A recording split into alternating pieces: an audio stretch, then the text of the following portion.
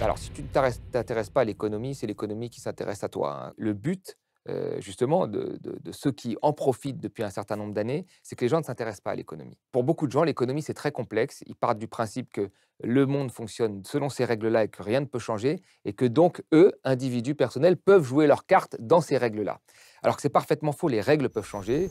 La comparaison internationale, elle tient toujours de support, soit pour dire aux gens: «Calmez-vous», soit pour dire aux gens: «Vous n'avez pas fait les réformes». Vous pouvez être quelqu'un qui n'a pas fait d'études, mais être né dans la bonne famille et vous serez riche, vous serez millionnaire ou milliardaire. Alors vous pouvez être quelqu'un de très bon à l'école, très fort, qui a eu toutes les olympiades, on va dire, des diplômes, et ne jamais rentrer dans cette catégorie-là. On se rend compte qu'en réalité, la meilleure façon de devenir riche, si c'est l'objectif, hein, bah, c'est d'hériter. Le chauffeur Uber, il paye des impôts, mais la plateforme qu'il emploie en paye beaucoup moins. Vous ouvrez un café, vous êtes en face d'un grand cafetier américain qui lui fait de l'optimisation fiscale à tout va et lui, vous payez vos impôts. Ça remet en cause le consentement de l'impôt. Pour qu'il soit accepté, il faut que, ben, il soit progressif et juste. Et je pense que tout ça, moi, a été un peu savamment organisé parce que le but, c'est quand même d'affaiblir la bête. Moins d'impôts, moins de services publics, plus de privatisation. Dans l'Union européenne, il y a des paradis fiscaux, ce que personne ne reconnaît officiellement. Quand vous avez Apple qui pouvait payer 0,005% d'impôts tout en vendant des téléphones à 500 millions d'Européens, c'est un paradis fiscal, l'Irlande. Dans son livre, Stiglitz, il expliquait très clairement, regardez les agendas des ministres des Finances et vous verrez, ils sont au service de qui.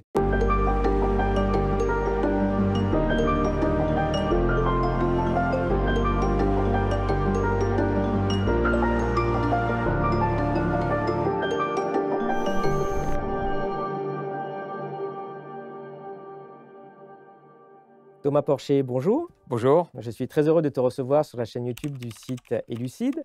Alors, tu es docteur et professeur en économie, tu es membre du collectif des économistes atterrés et tu es aussi l'auteur de nombreux ouvrages, dont le traité d'économie hérétique et tu viens de sortir une BD, L'économie pour les 99%. Si tu devais faire pour commencer un bref résumé de notre situation économique, pour quelqu'un voilà, qui te demanderait un bilan sans langue de bois, qu'est-ce que tu dirais? La première chose que je dirais, c'est qu'il y a eu un véritable échec de la politique de l'offre. En fait, François Hollande avec le CICE, Emmanuel Macron ont baissé, très fortement les taxes, sur les entreprises et sur les plus riches, avec cette idée que ça allait permettre de l'investissement et augmenter la richesse, beaucoup plus la richesse. Et le résultat des courses, c'est que, l'effet escompté n'a pas été au rendez-vous. Les baisses d'impôts ont été là, elles expliquent la moitié du déficit que nous connaissons, aujourd'hui, mais il n'y a pas eu d'impact, majeur sur la croissance économique. Donc c'est un échec de la politique de l'offre et aujourd'hui, le résultat est que nous avons un déficit qui est très élevé et il faudrait comprendre pourquoi il est aussi élevé. Alors, il y a les baisses de fiscalité, mais il y a aussi pour moi une partie de l'optimisation fiscale qui fait qu'aujourd'hui, ben, les impôts échappent, au territoire français et se retrouvent notamment en Irlande qui a un excédent budgétaire, très fort. Nous avons une dette qui a fortement augmenté et là, on se retrouve dans le même débat que de 2010, le débat où on nous dit grosso modo, le récit, hein, c'est un récit, où on nous dit en fait que nous avons trop dépensé et qu'il faudrait faire des économies sur les retraites, l'assurance maladie et l'assurance chômage. C'est ça les termes du débat aujourd'hui et je pense que nous ne devons pas nous faire embarquer par ce récit et nous devons résister parce qu'un autre récit est possible. Alors, c'est ce qu'on va développer assez longuement Oui. tout au long de cet entretien, bien sûr. L'économie, c'est justement une discipline qui est vraiment fondamentale pour comprendre l'organisation de la société, mais c'est aussi une discipline qui est extrêmement mal comprise. Elle est passée dans le champ du technique, on a l'impression que c'est quelque chose pour les experts comptables, pour les PDG, et que finalement, ça n'a rien à voir avec une science humaine. Est-ce que tu peux nous expliquer le rôle de l'économie? Oui, tout à fait. D'ailleurs, je l'explique très bien au début de la BD, hein. La BD commence vraiment sur la question de, est-ce qu'il y a des consensus en économie? En réalité, il n'y a pas de consensus en économie. En économie, il y a plusieurs écoles de pensée, et ces écoles de pensée, en fait, sont plusieurs avenirs possibles et normalement, en démocratie, on devrait discuter de ces avenirs sur un pied d'égalité. Qu'est-ce qui s'est passé depuis les années 80? C'est que c'est, l'économie libérale qui a gagné et je crois que ça s'est même accéléré depuis, les années, 2010, après la crise de 2008, hein, qui est une crise quand même du capitalisme, financiarisé, où là vraiment je crois que l'économie a été domestiquée pour être au service d'une faible partie de gens, ce que j'appellerais les 1 hein, contre les 99. Mais ce qu'il faut avoir en tête, c'est qu'en économie, il y a plusieurs avenirs possibles et normalement la démocratie, devrait permettre qu'on en débatte sur un pied d'égalité et c'est pas ce qui est fait aujourd'hui. Aujourd'hui, vous avez quasiment des consensus qu'on entend par des éditorialistes, économiques, des consensus sur des réformes. Vous prenez la réforme de la baisse de l'ISF. qui est quand même une baisse de fiscalité sur les 1% les plus riches, qui détiennent 25% du patrimoine. Et ben, tout le monde, que ce soit sur le service public ou sur les chaînes privées, était d'accord pour dire que l'ISF était une bonne chose. Il y a même Nicolas Dose de BFM Business, hein, qui l'a dit dans une chronique le matin, qui a été invité à C'est à vous, donc sur une chaîne publique, et qui a dit: ce n'est pas un cadeau aux plus riches, c'est un cadeau à l'économie française. Or, aujourd'hui, on voit bien, hein, tous les rapports le montrent, que la baisse de l'ISF n'a pas profité à l'investissement, elle a juste profité aux plus riches qui ont spéculé et acheté d'autres actions. Donc là, on voit bien que sur certaines lois, le CICE, les lois travail, il y a eu des consensus dans les médias qu'il n'y avait pas en réalité dans la science économique, où là, il y avait des vrais débats sur l'efficacité de ces réformes-là. Donc, il faut vraiment avoir en tête que ce que l'on voit à la télé, ça nous montre souvent des consensus, mais ce qu'il y a dans la science économique, c'est de nombreux débats, et ces débats doivent être posés et discutés sur un pied d'égalité, ce qui n'est pas aujourd'hui fait. Oui, mais le souci, c'est que quand on dit consensus, finalement, c'est essayer de mettre de côté le fait que dans toute réforme, quelle qu'elle soit, il y aura toujours des gagnants et des perdants. Ça, on n'en parle pas. Donc, finalement, il ne peut pas y avoir, dans l'absolu, d'une politique qui serait enfin, optimale, mais pour qui, pourquoi? Enfin, je sais Ouais. pas, si on imagine qu'on prend une mesure qui va augmenter de 5% le PIB, mais que ça diminue de 2% les revenus de 90% des gens, et puis ça triple le revenu des 10% les plus riches. Bon, on se dit, ah oui, la production globale va monter, mais finalement, la majorité de la population va s'appauvrir. Il faut la faire, il ne faut pas la faire. C'est ça. Ça et ça, on n'en parlera jamais. On te dira: «Il y en a qu'une, regardez» et puis au pire, on te dira: «Ça fera monter le PIB», mais sans voir comment ça sera Exactement. réparti. Avec cette idée, en fait, que toutes les règles qui sont aujourd'hui dans l'économie sont naturelles. Par exemple, on a parlé de l'évasion fiscale, de l'optimisation fiscale, parce que l'évasion, c'est illégal, l'optimisation, c'est légal. C'est quasiment la même chose, mais bon. L'optimisation fiscale en Europe, qui se fait par des prix de transfert, des prix comptables, est quelque chose de légal. C'est parfaitement légal. Ça se fait dans l'Union européenne, où certains ne reconnaissent pas qu'il y a des paradis fiscaux. Là, on voit bien, en fait, que les règles économiques, même dans la légalité, sont là pour servir les plus riches plutôt que les autres. Vous voyez, dans la BD, c'est très bien ce que tu as dit quand tu as dit à qui cela profite. Mais c'est ça, en fait. Dans la BD, à un moment, j'ai dit la seule question qu'il faut poser quand il y a une réforme économique, c'est à qui cela profite. Parce que chaque fois qu'il y a une réforme, même un mouvement parfois de ponctuation, 2, 3 mots en plus, change complètement le rapport de force qu'il peut y avoir entre les parties prenantes sur qui cette réforme porte. Et du coup, pourquoi est-ce que tout le monde aurait, intérêt à s'intéresser à l'économie? Alors, si tu ne t'intéresses pas à l'économie, c'est l'économie qui s'intéresse à toi, hein, pour paraphraser la phrase sur la politique, mais c'est la réalité. C'est-à-dire qu'aujourd'hui, le but, justement, de ceux qui en profitent depuis un certain nombre d'années, c'est que les gens ne s'intéressent pas à l'économie. Donc, pour beaucoup de gens, l'économie, c'est très complexe. Ils partent du principe que le monde fonctionne selon ces règles-là et que rien ne peut changer, et que donc, eux, individus personnels, peuvent jouer leurs cartes dans ces règles-là. Alors que c'est parfaitement faux, les règles peuvent changer. L'économie, comme elle fonctionne aujourd'hui, n'est pas la même que comme elle fonctionnait à l'après-guerre. L'économie française ne fonctionne pas comme l'économie chinoise ni l'économie américaine. Chacun a des règles de fonctionnement. Et ce qui est intéressant, moi je pense, c'est vraiment que la majorité rentre dans le débat économique. Et c'est pour ça que j'ai fait cet ouvrage de vulgarisation. J'ai été encore plus loin que mes ouvrages habituels, qui sont quand même des ouvrages de grand public, parce que je me suis dit, voilà, il y a des gens, après une journée de travail, ils n'ont pas forcément envie d'ouvrir un essai d'économie. Et je les comprends. Une journée de travail difficile. Donc là, si je peux les faire rentrer grâce à une BD, parce que parfois avec une BD, vous avez une image, et une image vaut mieux que 1000 mots, hein. Par exemple, sur la dépense publique, dans la BD, on met des millefeuilles. On voit un cuisinier qui ramène des millefeuilles, qui compare les dépenses publiques françaises, américaines et allemandes. Et là, c'est tout de suite criant. On voit tout de suite que, ben, par exemple, pour les retraites, il y a moins de retraites en Allemagne, parce qu'elles sont plus par capitalisation, et donc la dépense publique est plus faible. On voit qu'aux États-Unis, sur la santé, il y a moins de place dans le millefeuille parce que la santé est privée. Et donc, on comprend bien que la dépense publique, ce n'est pas un problème de niveau, c'est juste un problème de choix. Est-ce qu'on veut que ce soit géré par le public ou le privé? C'est ça la question de fond de la dépense publique. Puis je ne vais pas te contredire parce que sur, Elucide, un peu notre marque de fabrique, c'est les graphiques, et on a plus d'un millier de graphiques sur l'économie, que vous pouvez retrouver d'ailleurs, sur notre site. Hem, pour rester sur l'économie, comment est-ce qu'on a eu cette espèce de glissement, progressif vers l'idée que l'économie est une science dure, presque pour des thésards en mathématiques, hein, et qu'il faut remettre entre les mains des techniciens qui évidemment, en toute indépendance, hein, prendront la meilleure, des politiques, possibles? Je pense que ça a été un coup de force. Alors effectivement, il y a eu l'arrivée quand même des données massives, il y a eu l'arrivée de l'informatique, qui fait qu'on a pu faire des modèles, mais il y a eu une volonté quand même de la part des libéraux de nous faire croire qu'il y avait un certain nombre de choses qui étaient proprement, heu, scientifiques. C'est-à-dire qu'il y avait un marché qui fonctionnait, que ça fonctionnait très bien, que les données étaient infaillibles et quand on trouvait un résultat, c'était parfait. Alors qu'en réalité, même la façon dont on fait un modèle, la façon dont on choisit des hypothèses conditionne, quelque part, ce que l'on veut aussi, prouver.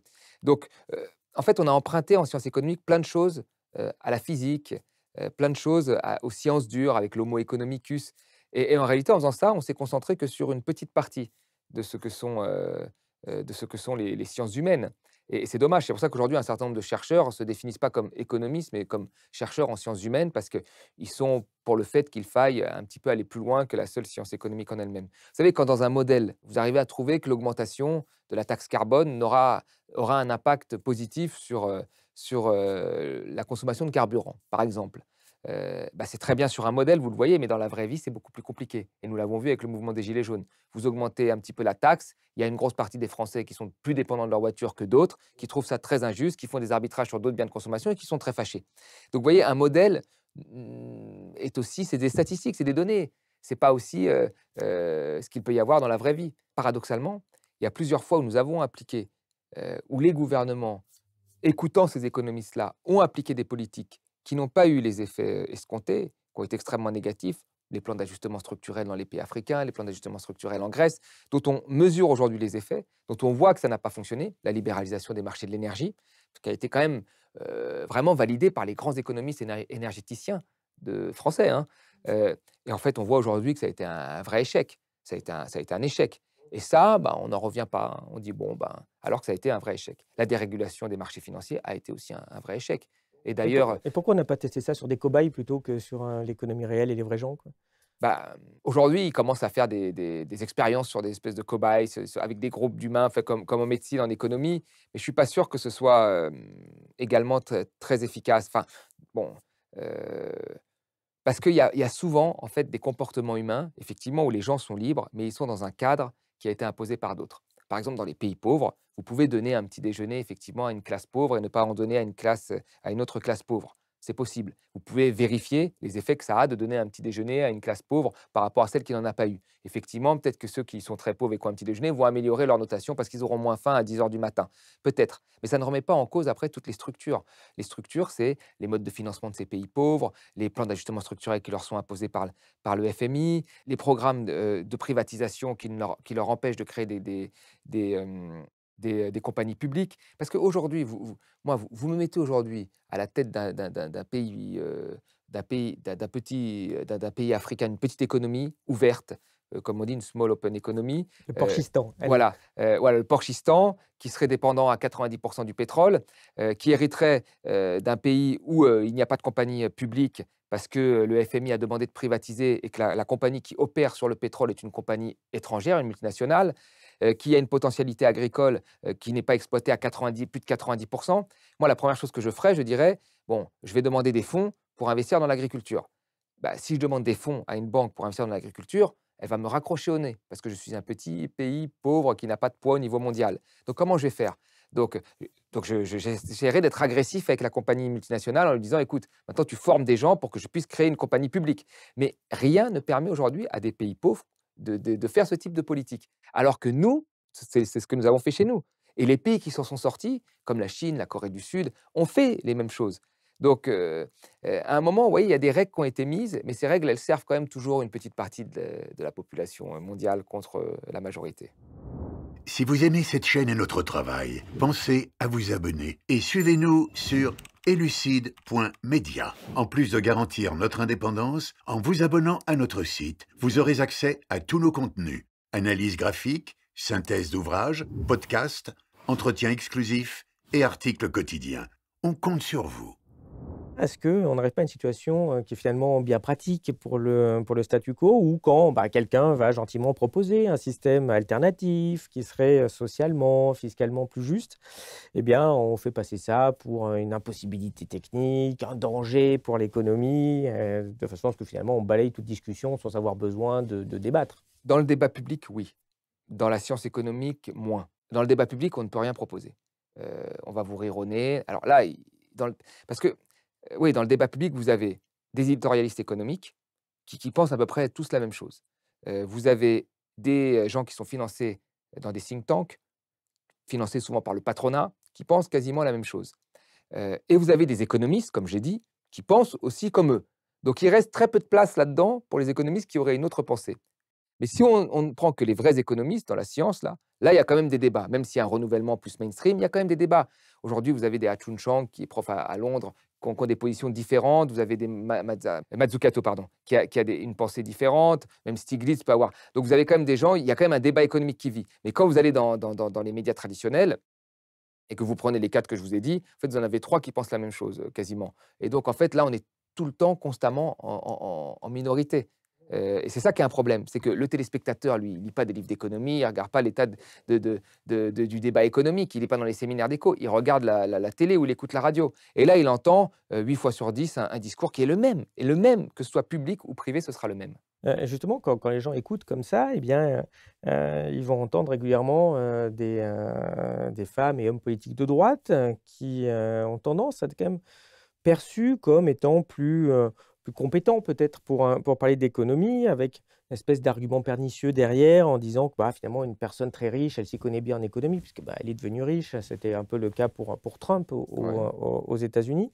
Comment est-ce qu'on déconstruit cette idée? Alors Trump est né riche déjà. Mais oui, oui, il y a cette idée aujourd'hui, il y a une telle admiration pour l'argent, qu'il y a cette idée que, quand tu as réussi, tu es plus compétent, mais tu es plus compétent pour qui? C'est ça la vraie question. C'est-à-dire que, moi, c'est pour ça que je retourne toujours à la question du vécu. Moi, je suis persuadé qu'il faut, dans sa vie, avoir un minimum de vécu ou avoir un minimum vécu avec ceux qui étaient dans la vie normale.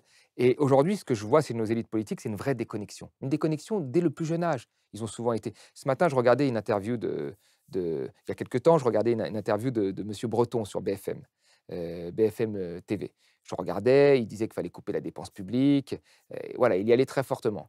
Puis je regarde, son parcours. Bon, c'est quelqu'un qui est né à Paris, qui a été à l'école alsacienne, qui a fait tout son parcours, en fait, en étant privilégié, qui a fait quasiment le même parcours que Gabriel Attal et que d'autres. Et donc là, comment vous ne pouvez pas avoir une forme de déconnexion? Quand autour de vous, vous ne parlez qu'à des grands patrons, vous n'avez vu que des gens de votre classe sociale, à la fin, tout ce qui n'est pas comme vous, c'est du populisme. Donc vous allez dire: «Il y a un problème de pouvoir d'achat». Non, c'est du populisme, parce qu'autour de vous, vous n'avez pas vu des gens qui avaient des problèmes de pouvoir d'achat. Vous dites: «Vous savez, les écoles», moi, l'école où j'amène mon fils le matin, il y a marqué: «École en colère, on tue le service public». C'est ce qui a marqué devant l'école. Elle est dans un quartier plutôt populaire. Il n'y aura pas marqué ça devant l'école alsacienne. Donc vous avez toujours l'impression que tout fonctionne bien, alors qu'en réalité, non. Donc il y a des je veux Ah bah, ce dire, qui fonctionne pas bien, lui, c'est Atos, hein, c'est sa boîte qui est un peu coulée quand même, le ouais, monsieur, ouais, mais bon, ouais, tout à c'est pas fait. très grave, Mais hein. mais ouais, mais pour eux, Non, c'est mais bon, il sera voilà. peut-être un ministre, on sait jamais, faut pas l'échec, aujourd'hui, c'est plus du tout un problème pour poursuivre une carrière, hein. L'échec en politique, l'échec sur le privé, il y a tellement des vases communicants pour ces gens qu'il y a jamais de problème. Et justement, comment tu perçois le traitement médiatique de l'économie? Je trouve que là où les médias font une faute grave, c'est ils organisent certes des débats. Ils organisent des débats. Il y a des débats qui sont là, des débats d'idées. Mais malgré tout, quand on regarde sur les chaînes, les heures les plus importantes, qui est la matinale, vous regardez tout confondu, chaîne publique, privée, souvent on entend le même son de cloche et c'est ça qui me dérange moi. C'est-à-dire qu'on ne devrait pas entendre il y a plein de réformes où ça méritait d'avoir un débat et là, il y a pas eu ce débat-là et il y a eu, par exemple, aux législatives, une très forte critique du programme du NFP. On a très bien compris ce qui se dessinait, c'est-à-dire que les gens voulaient que ce soit Macron, soit la droite, en deuxième le RN, en troisième le NFP et ça, je trouvais que c'était une forme de faillite morale. Donc il y a quand même, heu, il y a un manque de débat et normalement les médias traditionnels devraient être conscients de ça et de se dire: «Si nous n'organisons pas un débat crédible», je veux dire entre gens crédibles, dans le cadre, et ben, les gens qui ne se retrouvent pas dans ce qu'ils entendent, parce qu'eux, ils sont dans la vie réelle, ils vont aller chercher de l'information ailleurs, notamment sur les réseaux sociaux. Vous avez sur les réseaux sociaux de tout, du bon comme du très mauvais et donc il faut faire très attention à ça. Les médias traditionnels devraient être le garant normalement de cette pluralité des pensées et d'un débat public qui soit plutôt bien, plutôt équilibré. Et qu'est-ce que tu penses de la manière dont le gouvernement parle d'économie? Est-ce qu'il y a une propagande économique aussi de ce côté-là? Ah bah oui, il y a une propagande, oui, Macron, il s'est fait élire, la propagande qu'il y a eu, c'est de nous le vendre comme quelqu'un qui était différent, alors qu'il avait une pensée plutôt De toute façon, vous c'est l'extrême centre dont on avait parlé ici. Je vous recommande la vidéo avec Pierre Cernat qui était vraiment très ouais, intéressante. ouais. Moi, ce qui me fait très peur, en fait, dans cette histoire, c'est que, quoi qu'il arrive, enfin, par exemple, là, sur la question de la dette, heu, ben, qui est-ce qui est au pouvoir depuis 2017? Je veux dire, quelle politique est appliquée depuis 2013? C'est la politique de l'offre et les gens sont encore à vous dire que c'est un problème, comme si il y avait eu un gouvernement de gauche qui avait été au pouvoir depuis une dizaine d'années. On vous explique que c'est un problème de dépenses publiques. Comme si les fonctionnaires étaient, les profs étaient à 5 000 euros, que les fonctionnaires étaient très bien payés, qu'on avait des hôpitaux qui ressemblaient à des 5 étoiles, et que donc il fallait faire des coupes drastiques. Et c'est ça que je trouve particulièrement gênant. C'est que finalement, dans les récits qui s'opposent, le récit de la droite gagne à tous les coups, quoi. Grosso modo, il y a eu la crise de 2008, c'est la déréglementation. Mais non, non, non, c'est pas ça. Ça a été une crise de la dette et on a fait l'austérité. Là, c'est la politique de l'offre qui a creusé les déficits. Non, non, c'est pas ça. C'est la dépense publique et les problèmes d'efficacité de la dépense publique, alors qu'on a vu pendant le Covid quand même que ce qui nous tenait, c'était les services publics et notamment l'hôpital. Donc il y a une espèce de plasticité de ce discours qui revient toujours. Et ce n'était pas le cas avant. Avant qu'il y avait une grande crise en économie, il y avait un changement de mode de régulation de l'économie. 70, on est passé au modèle Thatcher-Reagan. Après-guerre, on était dans un modèle plutôt keynésien. Et là, depuis 2008, on augmente à chaque crise le modèle plutôt libéral. Et peut-être qu'à l'époque, il n'y avait pas la télévision, etc., qui fait que ça lave quand même pas mal la tête. Mais là, on en est encore à nous dire voilà, que bon, ben, si on en est où nous en sommes aujourd'hui, c'est parce qu'il y a un problème d'efficacité dans les services publics. Alors que c'est parfaitement faux. C'est parfaitement faux. Les services publics, ils sont à l'os. Il y a eu de telles économies sur les budgets qui sont à l'os déjà. Et d'ailleurs, la part de la dépense publique qui revient aux services publics, elle est plus faible que pas mal de pays en Europe. Euh, le reste, c'est la dépense sociale. Mais la dépense sociale, elle finit où? Les retraités, ils finissent où? Dans la consommation. Donc, c'est pas de l'argent qui finit dans un trou noir. Donc, il y a une volonté quand même voilà, de s'en prendre tout le temps aux acquis d'après-guerre et au modèle social. Alors, tu nous as dressé tout à l'heure un bilan duquel on peut facilement déduire que la France s'appauvrit. Et souvent, l'argument phare pour contrer cette réalité, c'est de dire que, ouais, on se plaint pour rien, les services publics, tout ça, et c'est pire ailleurs quand même. La France, c'est pas le Mozambique ou le Porchistan, enfin, etc., Ouais. etc. Qu'est-ce que tu penses de cette mise en perspective de dire, ouais, arrêtez de vous plaindre, c'est pire ailleurs? Oh, c'est un classique, ça. C'est un classique. En fait, la comparaison internationale, elle tient toujours de support, soit pour dire aux gens: «Calmez-vous», soit pour dire aux gens: «Vous n'avez pas fait les réformes». Par exemple, quand on vous dit: «Mais attention, la France a le plus grand déficit» ou «Attention, la dette est plus élevée» ou «Attention, les réformes du marché du travail ont été faites partout» ou «Attention, l'âge de départ à la retraite est le plus bas en France par rapport aux autres pays». C'est toujours une façon, de procéder pour que les populations acceptent les réformes. Les comparaisons internationales, elles sont intéressantes pour prendre des choses notamment qui ont fonctionné ailleurs, mais pas pour se comparer tout le temps pour tout et n'importe quoi. Surtout qu'au final, on sait très bien ce que veulent les gens.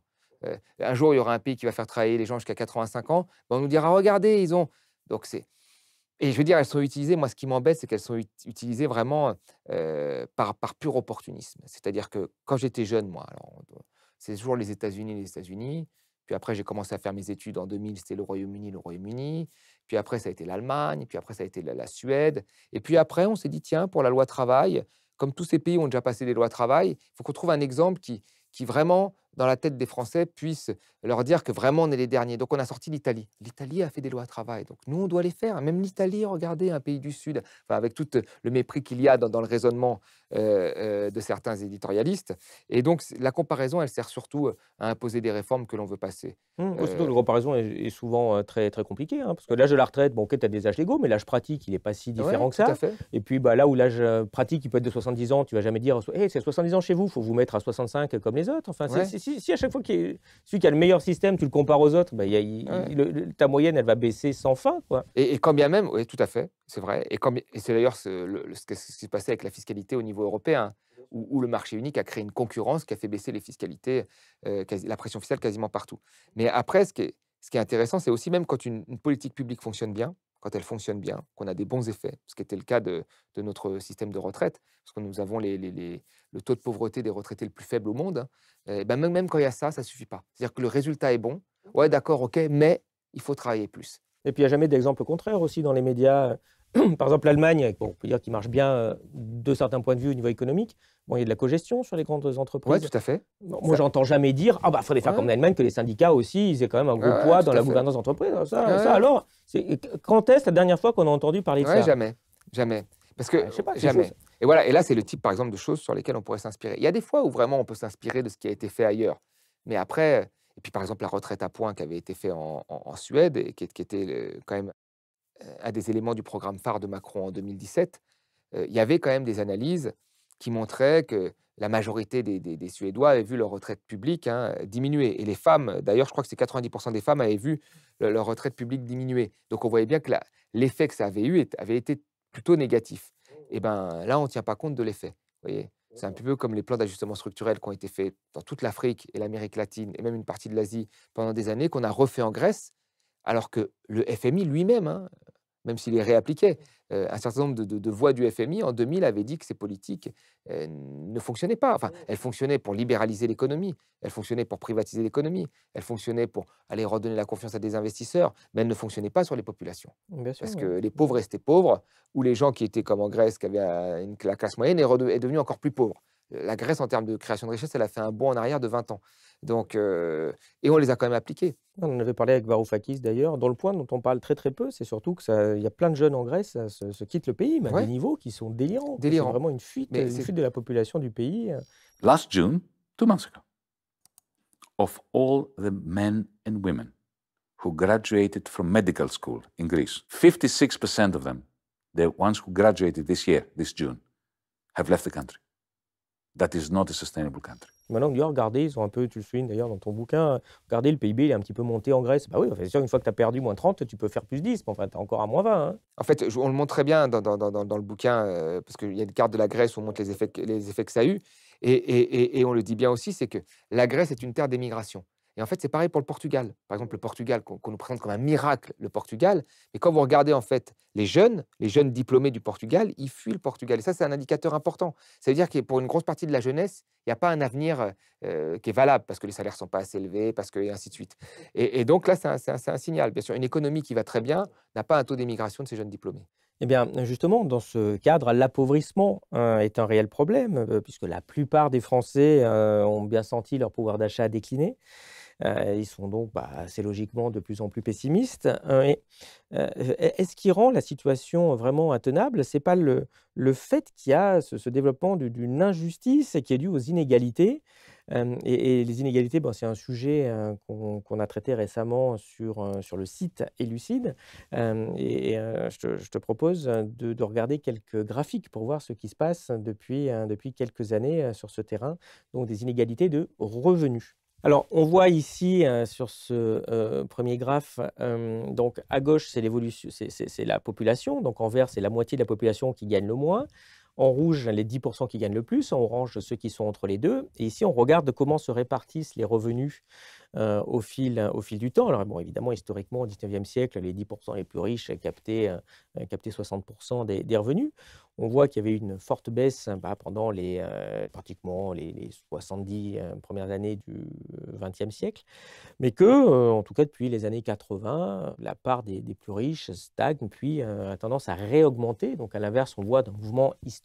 Sur, ce, 2e graphique, donc on voit la répartition, un peu mieux par tranche, ce qu'on appelle des déciles de population, donc 10 de la population à chaque fois. Donc les 0,10, c'est les 10 qui gagnent le moins, puis et cetera, jusqu'aux 90-100, donc les 10 qui gagnent le plus. Donc en orange, c'est la répartition de la population. Donc évidemment, c'est tous 10 de la population à chaque fois. Et en bleu, comment se sont répartis les revenus.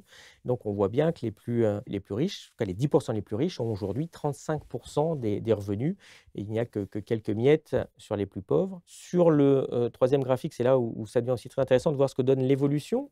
Donc ces fameux déciles de population, qu'est-ce que ça donne en termes de revenus? Alors c'est le revenu national par adulte avant impôt, donc y compris les charges et les impôts qui sont payés qu'on ne voit pas forcément passer. Ce n'est pas un revenu net, mais peu importe, c'est l'idée de voir comment ça se répartit. On voit qu'il y a des répartitions, mis à part peut-être les 20 les plus pauvres qui sont relativement croissantes, jusqu'aux 90 les plus riches. Et puis brutalement, on voit que les 10 les plus riches, bah, à ce moment-là, cassent les tendances et ont des revenus donc de 13 000 € par mois en moyenne. Et ce qui est intéressant sur ce graphique, c'est qu'on a regardé quelle était la hausse des revenus en orange entre 1995 et 2022.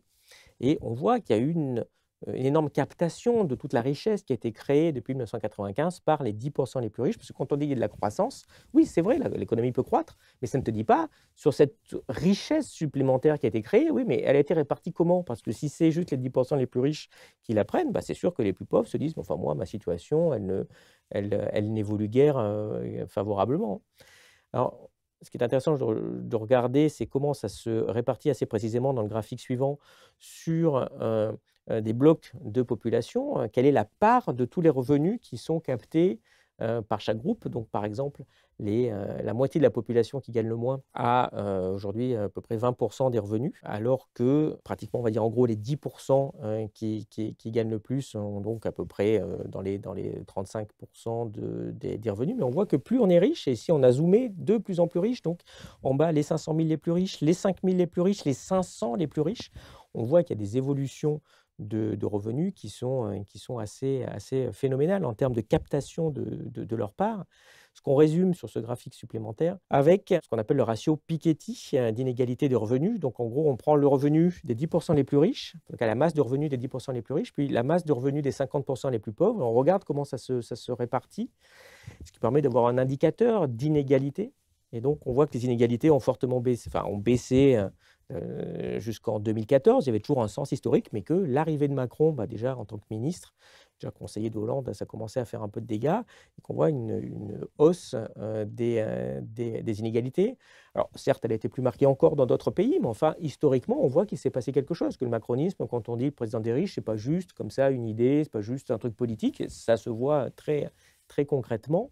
Sur cet avant-dernier graphique, on voit de combien a augmenté entre 2014 et 2021, donc depuis pas tout à fait 10 ans, le revenu pour chaque partie de la population. Et c'est ce que je disais tout à l'heure, on voit que ça s'est accentué encore plus depuis 2014, puisqu'on voit que toute une partie de la population, en fait, a un revenu par adulte avant de payer les impôts en baisse.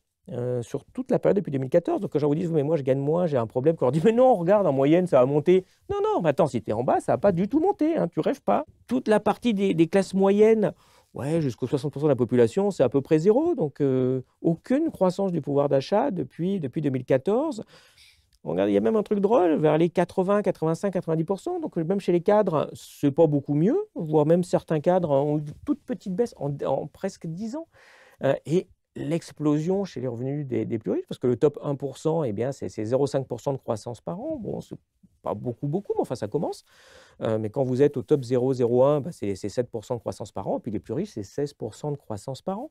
Ce qu'on peut résumer enfin par ce dernier graphique, c'est je prends les 500 Français les plus riches. Eh bien, voici, depuis 1945, leur évolution de leurs revenus.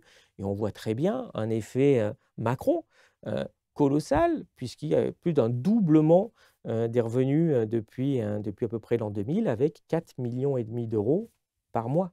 Voilà, c'est ça les effets du macronisme. En fait, c'est même pas le président des riches, c'est le président des ultra-riches. Oui, tout à fait.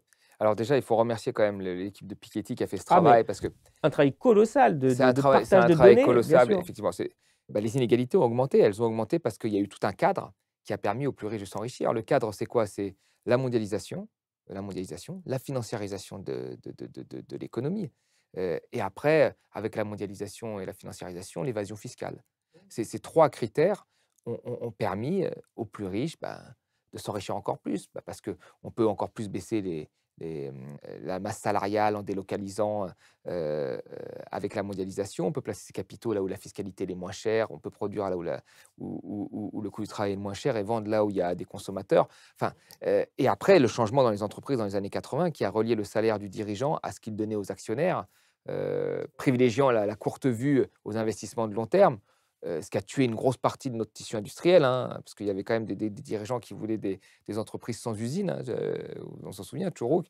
Et donc, on voit bien que tout ça, ça a permis d'enrichir une petite partie. Après, moi, ce qui m'embête, c'est que les gens oublient qu'il y a eu d'autres règles avant, qu'il y a eu un tournant, qu'il y a eu des choses qui ont été testées, mais qu'avant, il y avait autre chose. Et pour ces gens, quand tu dis, mais avant, il y avait autre chose, ah ouais, tu veux revenir avant, c'est différent. Non, mais ça n'a rien à voir.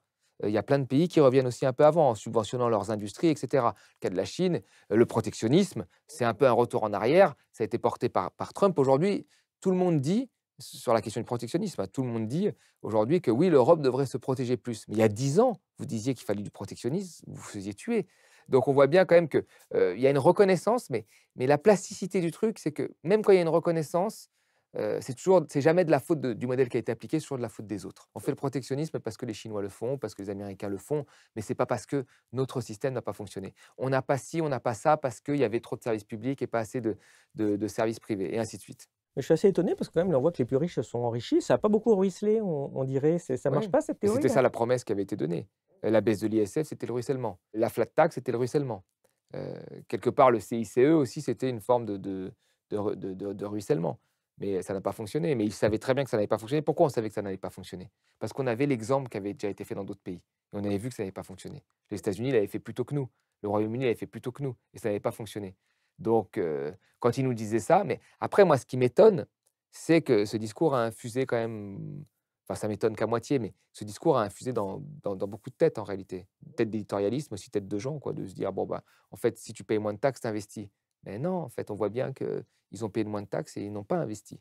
Ils ont juste gagné plus de dividendes. Alors à propos des inégalités, là, bon, on a parlé et montré assez longuement des analyses sur les inégalités de revenus. Il y en a d'autres dont on parle assez peu, sur lesquelles j'aimerais qu'on dise un mot, certes un peu plus rapidement, c'est les inégalités de patrimoine, puisque ici on voit que c'est encore bien pire que les inégalités de revenus, puisque aujourd'hui les 10% les plus riches possèdent presque 60% du patrimoine. Donc la moitié de la population n'a même pas 5% du patrimoine.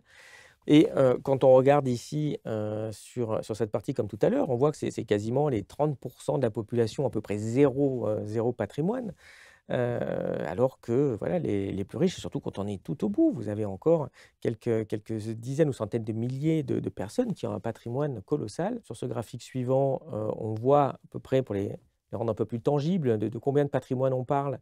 Bah, encore la moitié de la population a moins de 100 000 € de patrimoine.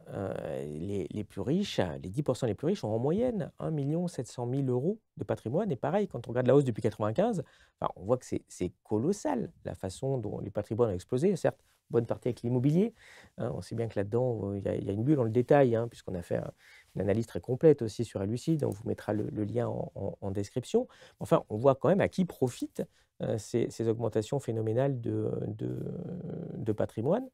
Sur cet autre graphique de synthèse, pour terminer, on mixe un peu tout ce qu'on vient de dire. On regarde en haut comment se répartit la population et ce qu'elle gagne ou ce qu'elle possède. Donc en haut, bah, en bleu, la moitié de la population la moins riche, en vert, les 40 suivants, puis les 5, les 4, les 1%. Et on voit à quel point eh bien, les revenus, effectivement, sont concentrés. Le patrimoine l'est encore plus. Le patrimoine immobilier, de façon colossale, là encore, le patrimoine financier qui appartient essentiellement à 5% de la population en France. Le patrimoine professionnel, on n'en parle même pas, puisqu'ici, c'est quasiment 100% du patrimoine professionnel qui appartient aux plus riches. En quoi ces inégalités sont problématiques? Bah, parce qu'on est dans une situation de rentier, en fait. C'est-à-dire que derrière les grands discours qu'il y a sur la réussite individuelle, sur le marché, sur le fait que voilà, si tu travailles bien, tu vas réussir, tu vas devenir riche, ben, on voit en fait qu'on vit, et là les chiffres encore une fois le montrent, dans une situation de rentier. Et qu'aujourd'hui, le premier déterminant de la richesse, c'est de bien être. C'est tout, de naître dans une famille riche. C'est pas le travail, c'est pas l'innovation, c'est pas le secteur que vous allez choisir, qui sont des facteurs. Mais là, c'est très clair. Vous pouvez être quelqu'un qui n'a pas fait d'études, mais être né dans la bonne famille et vous serez riche, vous serez millionnaire ou milliardaire. Alors, vous pouvez être quelqu'un de très bon à l'école, très fort, qui a eu toutes les olympiades, on va dire, des diplômes, et ne jamais rentrer dans cette catégorie-là. Donc, aujourd'hui, en fait, toute l'histoire qu'on nous a racontée à nous aussi quand on était petits, travaille bien à l'école, etc. Enfin, on se rend compte qu'en réalité, la meilleure façon de devenir riche, si c'est l'objectif, bah, c'est d'hériter. Mais alors, cette histoire de méritocratie dont on C'est nous ça. parle, c'est comment? C'était pas Bah, vrai? on On nous a voit qu'elle menti? on voit qu'elle est limitée. Elle est d'autant plus limitée, que ça soit sur le patrimoine, mais aussi sur les revenus. Et donc, quand l'ascenseur social, quand l'ascenseur ne fonctionne plus, qu'est-ce qui se passe? Je veux dire, non, mais les familles les plus pauvres, qui n'ont pas de patrimoine, qui n'ont pas de revenus, qui ont pas vu leurs revenus augmenter, qui n'ont pas de patrimoine, qui sont dans des zones qui sont souvent, heu qui font l'objet souvent de délocalisation. Parce que les zones les plus pauvres sont toujours celles où il y a eu des grosses délocalisations, de la désindustrialisation, où il y a plus de services publics. Qu'est-ce que vous allez faire de ces populations? Elles vont être aspirées par l'économie informelle. Et aujourd'hui, dans les quartiers pauvres, on dit: «Ah tiens, il y a des trafics, il y a de l'économie informelle». Mais bien sûr, parce que en quoi fonctionne comment fonctionne l'économie réelle? Elle fonctionne très mal. Comment fonctionne l'ascenseur qui pourrait prendre ces jeunes-là et les faire sortir de leurs conditions? Il fonctionne plus. Et on le voit bien aujourd'hui dans les statistiques, parce que les statistiques-là, on pourrait les comparer aussi aux statistiques de grandes écoles. C'est à peu près la même chose, hein. Bien Plus vous sûr. êtes riche, plus vous avez des chances d'aller dans des grandes écoles. Donc, on voit bien que on vit dans une société qui est de plus en plus divisée, et même de plus en plus séparés, hein. Le séparatisme, il est là, le vrai séparatisme, hein, avec des gens qui sont très riches, qui voient leurs revenus s'auto-valoriser, et puis d'autres qui sont un peu bloqués en bas de l'échelle, avec tous les ascenseurs qui fonctionnent de moins en moins bien.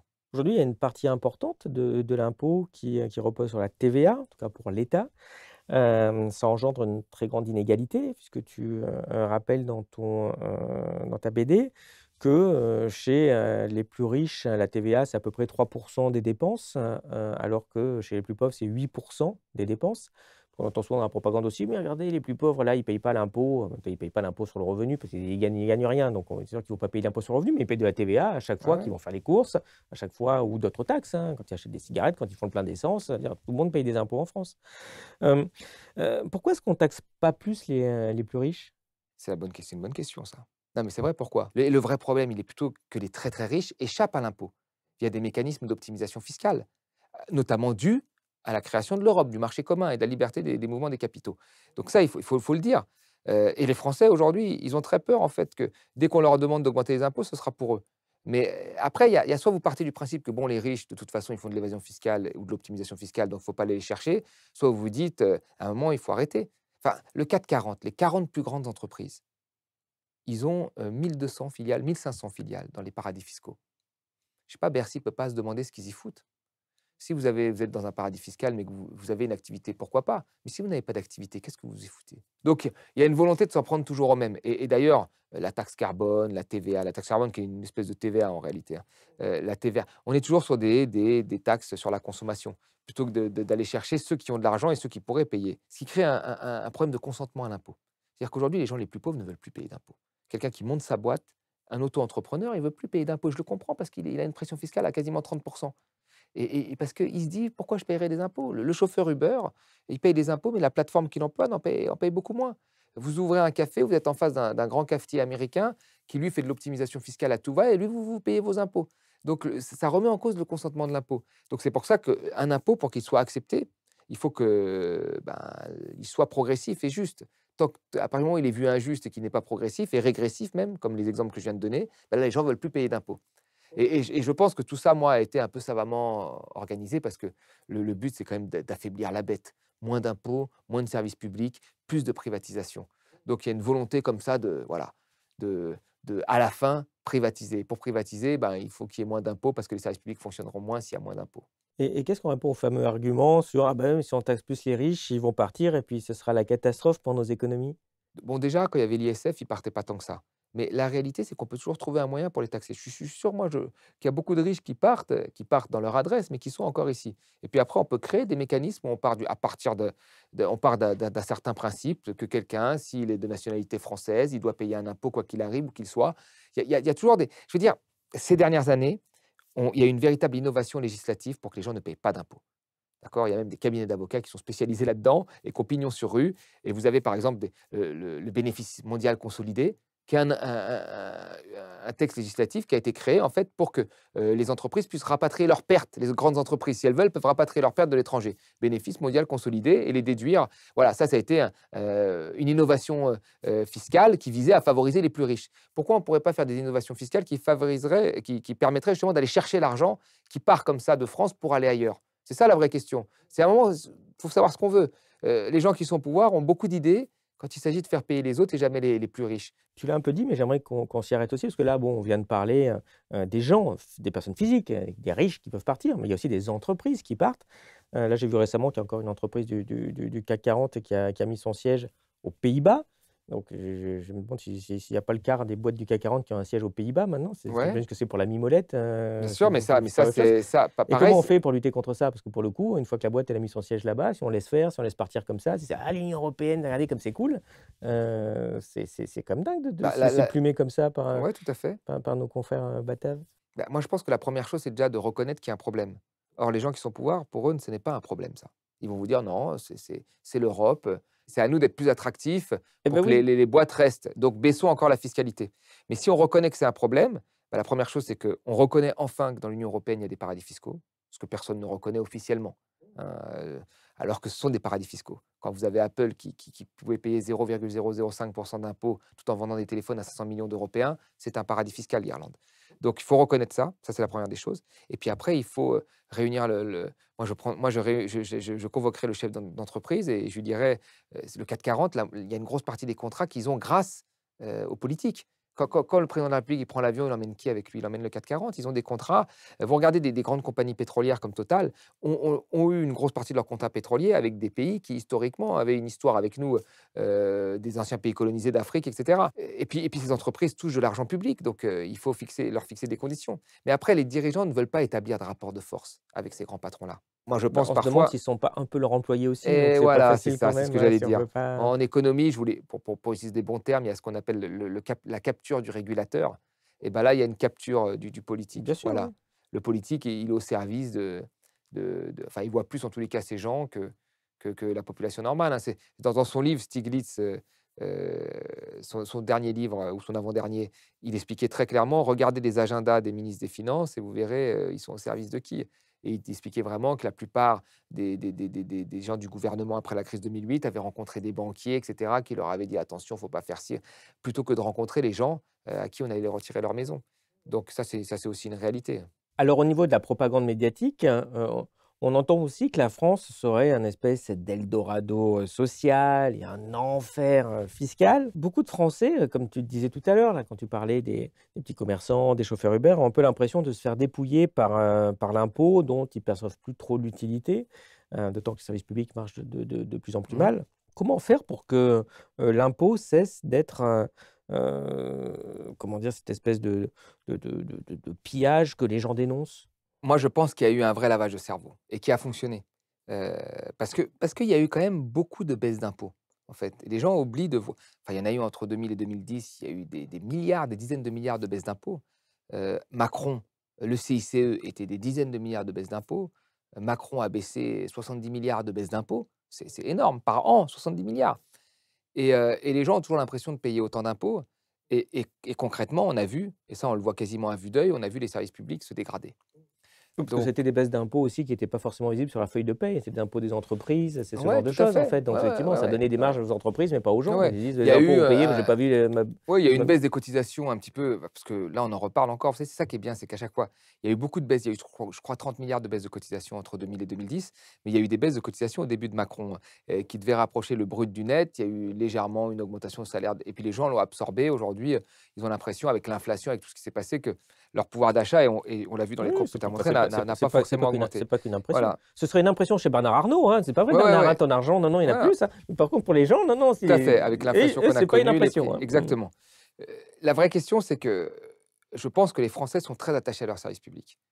On l'a vu déjà avec la réforme des retraites, leur modèle social avec la réforme des retraites, ils étaient quand même majoritairement opposés, hein, à la réforme des retraites. Quand même, on avait beau leur dire qu'il y avait un problème démographique, ils étaient majoritairement opposés à plus de 80. Sur les questions de l'hôpital et de l'éducation, ils sont très attachés à leur service public. Donc il faut faire de la pédagogie.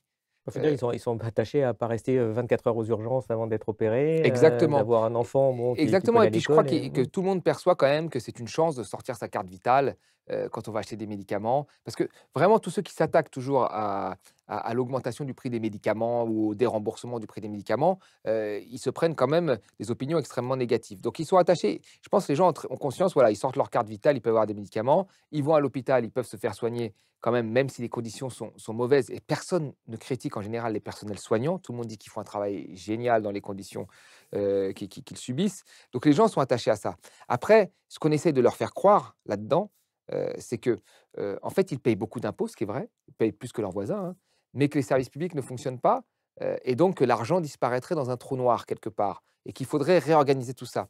Alors qu'en réalité, c'est pas comme ça que ça se passe. C'est qu'il y a eu des choses qui ont été mises en place, notamment par les libéraux pour rendre plus efficaces les hôpitaux, la tarification à l'acte et cetera, qui ont été des vrais échecs. Et ce qui est dingue, c'est qu'ils font des choses, ce sont des échecs et ils vous disent, ils continuent à vous sortir que c'est à cause des problèmes d'organisation. puis qu'ils en ont pas fait assez, c'est ça, c'est parce qu'ils Ils font ont encore des manifs là, sinon on aurait fait encore plus de néolibéralisme et puis exactement là, ça et ferait le contraire de ce que ça fait jusqu'à présent. exactement et ce qui est compliqué, je pense, pour les gens, c'est de voir que, année après année, on perd dans les classements, par exemple sur les soins, on était un moment numéro 1, maintenant on descend. Ils voient que le service public se dégrade et en même temps, euh, ils ont l'impression de payer beaucoup d'impôts parce qu'une partie, une partie des gens échappent à l'impôt. Il faut le dire. Et donc, l'impôt se concentre de plus en plus sur les gens les moins mobiles. Donc, en fait, ils perdent à tout. Moi, je vois, quand on a parlé d'un chauffeur Uber ou de quelqu'un qui vivrait, on va dire, dans un territoire où il y a eu une forte désindustrialisation. Qu'est-ce qu'il a vu? Les usines fermées, il voit les services publics fermés, il n'y a plus d'hôpital, il n'y a plus de maternité, il voit tout ça fermé. Et en même temps, lui, il voit qu'il paye toujours autant d'impôts. Quand voulez-vous lui dire à cette personne, oui, tu sais, c'est important, c'est pour les services publics? Il n'y croit plus. Il y a de moins en moins de services publics. Donc, ça devient très compliqué. Et c'est en cela, en fait, que comme je l'ai dit un peu avant, les libéraux ont gagné. C'est qu'ils ont affamé la bête. Ils ont affamé le service public. Ils l'ont rendu de plus en plus mauvais pour que les gens, finalement, ils soient de moins en moins attachés à une partie de la population. Et c'est ça leur stratégie. Et ils vont continuer. Mais je trouve que malgré tout, les Français résistent. Et dans les sondages, ça montre quand même, ils sont assez conscients du fait qu'il y a des inégalités. Ils sont assez conscients qu'il y a de l'argent, mais que l'argent, eux, ils n'en voient pas la couleur et que d'autres le voient, hein, et qu'une minorité la voit. Et ils sont bien conscients aussi que le service public a une utilité. Ça, tout le monde, je pense, est assez. Et les statistiques le montrent dès qu'on veut bien faire des sondages sur ces questions-là. Et donc, la vraie question, c'est bon, comment on fait pour que l'impôt devienne juste, progressif, qu'on taxe ceux qui ont le plus d'argent, parce que c'est important. Ils vont continuer à s'enrichir. Ils vont s'enrichir juste moins vite. Entre 50 et 70, ils se sont enrichis encore les plus riches, mais juste moins vite que ces dernières années où on a vu dans la courbe, c'est quasiment une folie, quoi. Ils ont multiplié parfois leur patrimoine par 4. Quand tu parlais de lavage de cerveau, là, par ces fameuses chaînes autant de cerveaux disponibles, hein, tu vois, il y a un lien finalement.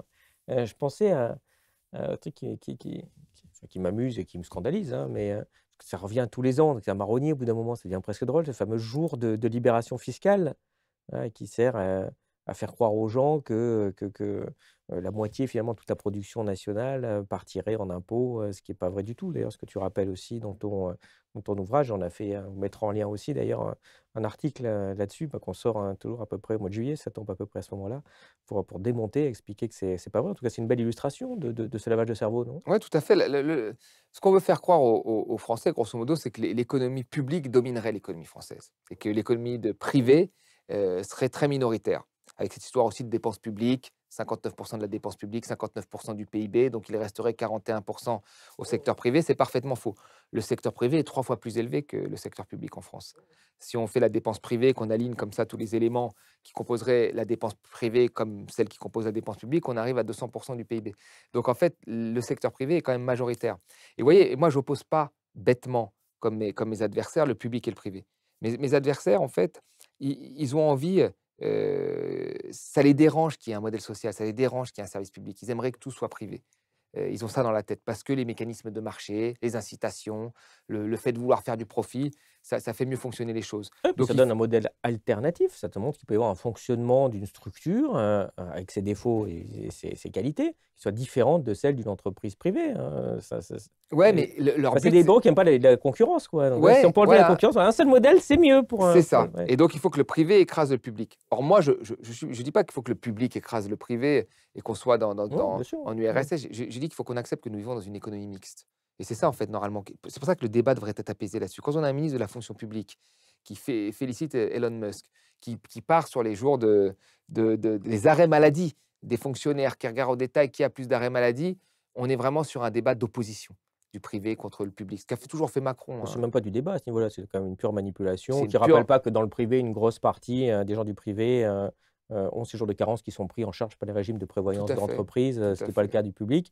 Et puis, on n'est pas exposé à la même chose quand on est secrétaire dans un bureau, et puis quand on a 30 mioches qui ont la coqueluche tous les jours, et puis qui ont le Covid la semaine suivante, et puis qui ont le machin, enfin, les profs derrière, On, c'est bonjour, hein. on est d'accord, mais c'est quoi la stratégie? C'est encore une fois l'opposition, bébête, privé, public, que Macron a tenue aussi au début 2017. Et d'ailleurs, Macron aurait dû le recadrer sur cette question. Alors que moi, je pars du principe qu'on vit dans une économie mixte. Il y a un service public et un service privé, les deux s'auto-alimentent, les deux se servent, il faut arrêter de les opposer. Et en fait, c'est ce qui est fait aujourd'hui. Parce que c'est très simple, en fait, vous voulez faire une réforme, bah, vous pointez comme ça une fausse injustice, comme tu l'as bien démonté en 3 phrases, et puis ça aide les gens à accepter la réforme. Vous avez vu tout ce qu'on a vu avant le vote du budget? Enfin, le budget qui était voté était un budget très austéritaire. 2% du PIB, c'est l'équivalent du premier plan d'austérité de la Grèce en 2010. Donc c'était très austéritaire. Euh, mais les gens voulaient qu'il passe. Pour que ça passe, bah, il fallait faire peur aux populations. Donc on a une ancienne première ministre qui nous dit que les cartes vitales ne vont pas fonctionner, Madame Borne, ne vont pas fonctionner le 1er janvier, que les fonctionnaires seront plus payés. Il y a eu tout un tas d'éditorialistes qui ont comparé la France à la Grèce en disant que nous avions les mêmes taux d'intérêt. Soit dit en passant, des taux d'intérêt à 3%, alors que les États-Unis empruntent à 4%, et que quand la Grèce allait mal, elle était à 35%. Donc, ils faisaient exprès d'utiliser des comparaisons entre pays sûrs aujourd'hui, selon toutes les agences de notation. Ils faisaient exprès de faire ces comparaisons pour que les gens aient peur, pour créer un effet de sidération, Bon, c'est qui la puisse stratégie du choc, la hein, stratégie du choc de de Naomi Naomi Klein, Klein, hein. qui puisse permettre aux gens d'accepter ce budget-là. Heureusement, ça n'a pas fonctionné. Même Macron lui-même a dit que tout allait bien se passer après. Mais quand même, et là, on voit bien qu'il y a une volonté presque de manipulation de l'information au profit, soit par idéologie, soit par corruption, hein, soit par je ne sais quoi d'autre, au profit d'une petite partie au profit d'une idéologie politique, quoi, qui profitera à une petite partie de la population. Bon, parlons un peu libre-échange. Oui. Il y a quelques jours, von der Leyen, ça ne t'a pas échappé, fallait signer l'accord de libre-échange avec l'Amérique latine, le fameux Mercosur. Et ce, bien que Macron ait fait part de son opposition. C'est qu'un peu l'opposition, bon, elle l'a rangé dans la corbeille, là, c'est le poids de la France aujourd'hui. Est-ce que ce traité va nous poser problème et pourquoi? En fait, moi, ça me fait rire parce qu'il y a encore des gens qui défendent ce type de traité. Comme si on était vraiment une économie qui n'avait pas d'échange avec l'Amérique latine, ce qui est faux, hein. Il y a déjà des échanges qui existent. Mais ça se voit que tu ne possèdes pas une usine de BMW. Voilà, exactement, exactement. Donc il y a cette question, mais la réalité, c'est quoi? Quand on regarde le libre-échange ces dernières années, c'est qu'on nous a toujours promis au début des gains mirobolants, y compris sur le marché unique. Le rapport Cecchini, tout le monde vous dit: «Voilà, ça va bien fonctionner». Et puis après, il y a les agriculteurs, par exemple, on leur a dit au début: «Allez chercher des débouchés ailleurs, en Europe de l'Est, en Afrique, ça va bien se passer». Sur Mars, Jupiter, Voilà, regardez, c'est un peu exactement. plus loin, mais Soyez plus productifs, allez chercher. Ils l'ont fait, ils ont joué ce jeu-là. Ils ont investi massivement, ils ont augmenté en productivité, mais à un moment, ils ont eu l'effet boomerang. C'est-à-dire qu'il y a d'autres pays qui sont venus, le Brésil, l'Europe de l'Est aussi s'est industrialisée et a produit moins cher, et ainsi de suite. Et donc, ils ont perdu à ce jeu de la mondialisation. est-ce C'est-à-dire que qu'ils ce ont serait été. pas lié au fait que les autres, ils gagnent moins d'argent que nous, en fait? Bah, si, c'est toujours la même chose, Ah, hein. je C'est sais toujours pas, la tu vois, c'est compétition peut-être sociale et eh environnementale. oui.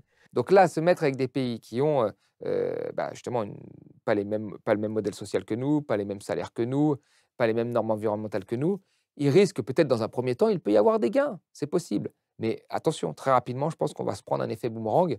Et de toute façon, avec le libre-échange, il y a toujours quelques gagnants, BMW, comme tu l'as dit, qui pourraient, et c'est pas sûr, hein, qui pourraient, et les agriculteurs qui vont être perdants, ou d'autres qui risqueraient d'être perdants, des usines ou des délocalisations qui pourraient être facilitées. Et puis la dernière chose, c'est que d'un point de vue environnemental, on ne résout en rien le problème. C'est-à-dire qu'on est toujours sur aller échanger, faire des trajets de plus en plus loin, échanger des biens parfois similaires. On va leur vendre de la viande, ils nous achètent enfin, des choses complètement dingues. Et ça, pareil, à un moment, il y a aussi la question de la contrainte climatique qui doit être prise en cause.